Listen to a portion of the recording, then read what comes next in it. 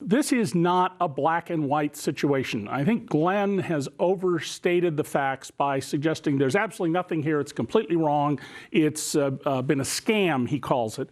In fact, there is an enormous amount of evidence in this report, damning evidence, that Donald Trump's campaign was eager to get help from the Russian government. We know that they were eager to do so for a variety of reasons, among them Don Jr.'s Love It email and the subsequent efforts to lie, deny, and cover up about that, Donald Trump's refusal to sit for an interview, his directing people to behave inappropriately through either not cooperating, destroying records, et cetera. I mean, imagine if a previous president, let's say Barack Obama, had had a meeting with the head of the government in Iran and had only gone with a translator from the Iranian government, or on another occasion with a translator from each side, and had the American translator destroyed their notes. I think we'd all say, whoa, what is going on here?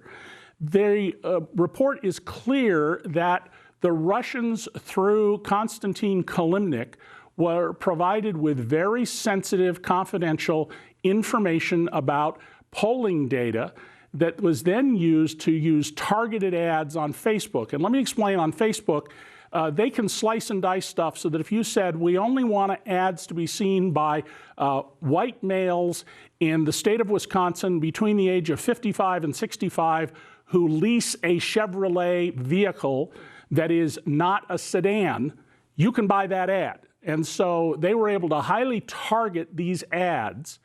Now, that doesn't rise to the level of a criminal conspiracy in Mueller's view, and I totally accept that. I don't question what's in Mueller's report. But the fact that they couldn't close the loop on contacts and what was going on here, as the report says, the statement that the investigation did not establish particular facts does not mean that there is no evidence of those facts. And that's why Mueller referred this to Congress. That Donald Trump repeatedly lied, that the Mueller report shows that things Donald Trump called fake news, he knew to be true news and is in the Mueller report, goes to the issue Glenn and I agree on about, which is that Donald Trump is a morally corrupt, totally unfit person to be president.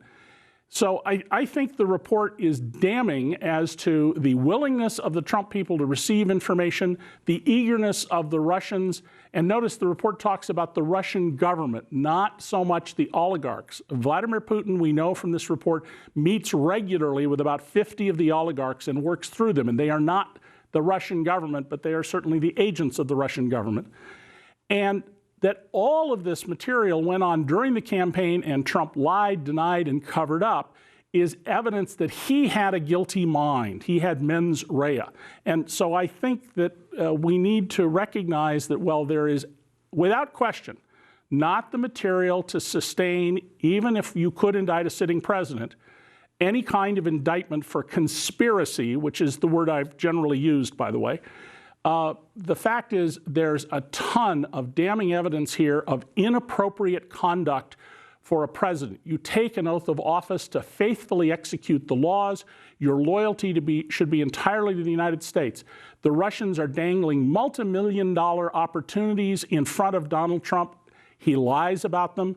They approach that they didn't close deals is important, but they approached them and they were willingly embraced in a meeting by Don Jr., Paul Manafort, and Jared Kushner. And this report shows extensive contacts that are very troubling. Some of them are not. Some of them turn out to be insignificant, passing conversations and things. And I agree with Glenn. Some of them, and I thought so at the time, were blown up into be too big of a deal. But to say, as I think Glenn is fundamentally arguing, that there's nothing here, he just called it a scam, I think that goes way beyond the facts and way beyond Mueller's point that this should go to Congress, and that, as he said, the statement that the investigation did not establish facts, particular facts, does not mean there was no evidence of those facts.